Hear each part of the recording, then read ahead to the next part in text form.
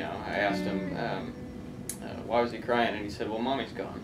And I don't think it really registered at the time or understood what exactly happened. I first found out about them being separated my second semester of freshman year. My mom came and told me that they had separated, and I was like, complete shock.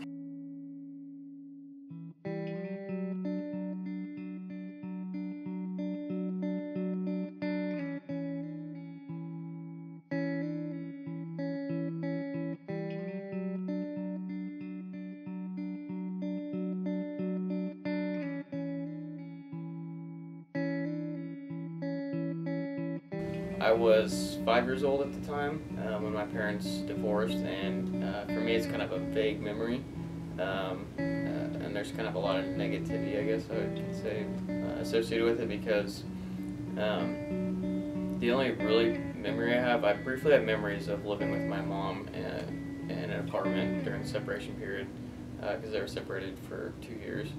But the only other memory I have is I was doing chores vacuuming, and I remember seeing my dad laying on a couch and he was crying, and I asked him, why was he crying, and he said, well, mommy's gone.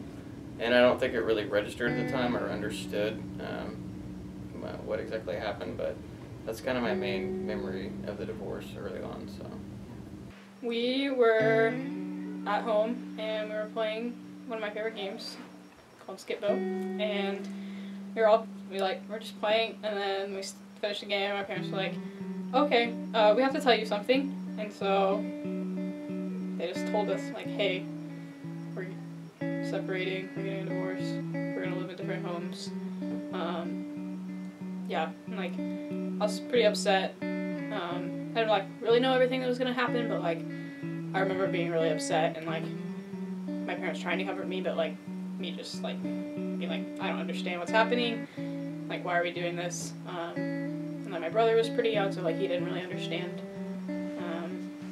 And yeah, and it was just kind of okay, mom's moving out, dad's staying here, type of deal.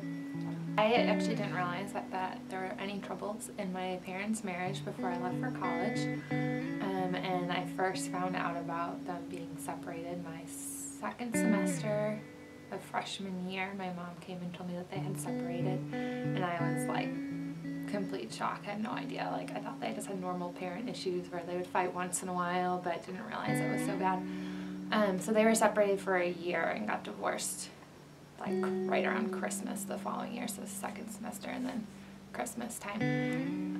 So I kind of experienced it from afar. I didn't really know what was going on and know a lot of what happened. I knew a little bit about some of my father's actions and just his decision to give up on the marriage, and my mom really wanted to fight for it. And so it was just kind of very confusing to me and just really unaware of what was going on and what my role was in it or what I should be doing to help them or change things.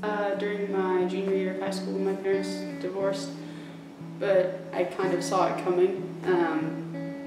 It was the fighting got more frequent and that kind of thing, so it was I was prepared mentally but not emotionally for it. So when I found out that they were going to officially in their marriage, it was a really huge blow for me.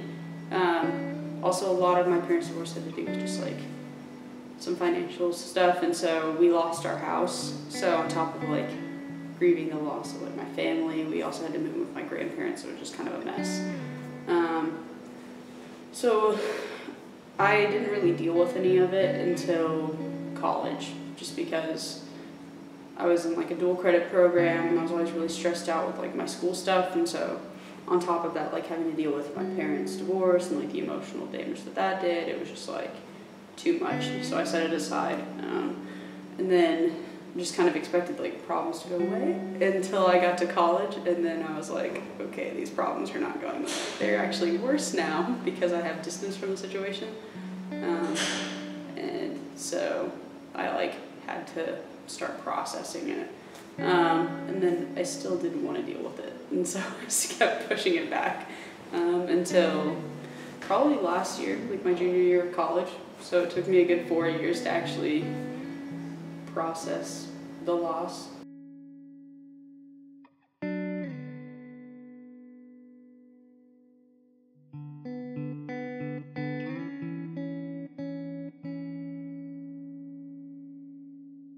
think that growing up in church, in a Christian family, I was taught that divorce was not something that was good. And I think experiencing that and kind of when my parents were married and having to live with stepbrothers and sisters, it kind of made the dynamics of the family a little more difficult. And so for me personally, the experiences were not the most positive.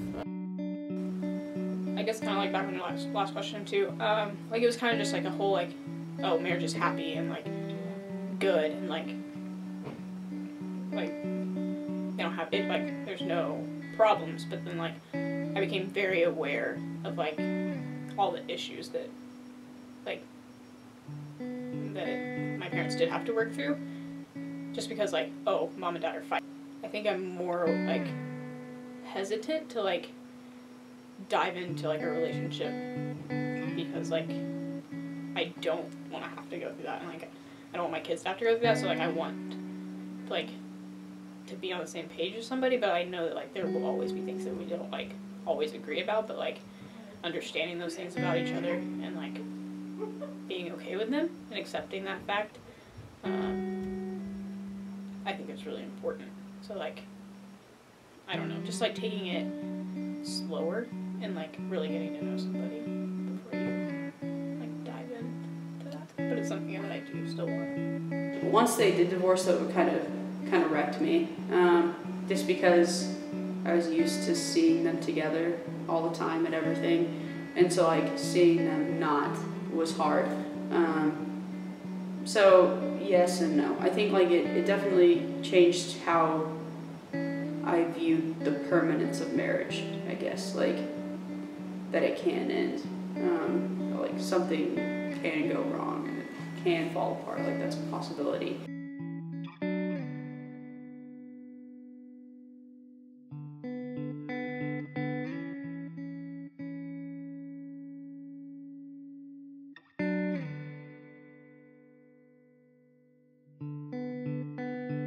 I think during that time, especially being in a relationship and watching my parents get separated, made me think a lot more about being in a relationship and what that means, and just kind of the difficulty that relationships bring, and knowing that like it's not just easy and fun all the time, and the importance of being able to work at a relationship and work at a marriage. And I think so during the separation and that time, I think I just became more aware of like the importance of honesty and trust within a relationship, and the importance of really working through problems head on and not letting things kind of just sit over in a corner and ignoring things. I tend to be non-confrontational, so I think that was something I really learned about marriage, is that it's hard work and that it is something that we fight for and that we need to rely on God for. Yeah, there's all kinds of different variables that come into what makes a marriage successful, but I think, and I know this is the typical JBU answer, but I've found that because I didn't put God first, and if I had, then I would have been upfront about some things in my past, because I wanted to hide that or not acknowledge it. It led to that engagement being broken off, and so you definitely have to keep God at the center first and foremost. Overall, I think marriage has been really redeeming. My husband and I have been married for 3 years, and it hasn't always been easy, and it hasn't always been fun, but it's been really redeeming to be in a God-honoring relationship, and a relationship that really desires to pursue Christ and keep Christ at the center. And so I think that has been really good. It's definitely still struggle sometimes with trust issues or knowing how to work through that, and I think for the most part I've healed and forgiven my parents for their divorce and forgiven my father, but there's still things that come back or creep in and can affect my relationship with my husband. Seeing the many marriages that have lasted and endured through the years, I think of my grandparents' marriage, and they're on their 66th or something like that wedding anniversary, and just seeing that it is possible, and it is like there is a way to have a long-lasting, healthy marriage that honors God in all things. So I think those are the places I find hope, is in Christ and in those people that have gone before me and shown me what it means to have a good, healthy relationship. A relationship with God definitely plays into that. I think Just like knowing that I have a Savior who is consistently there for me, with me when it's hard, is really important to me, especially when I'm struggling. So with like a loss of like a family unit is rough, and so like knowing that God is there in the midst of that is helpful too.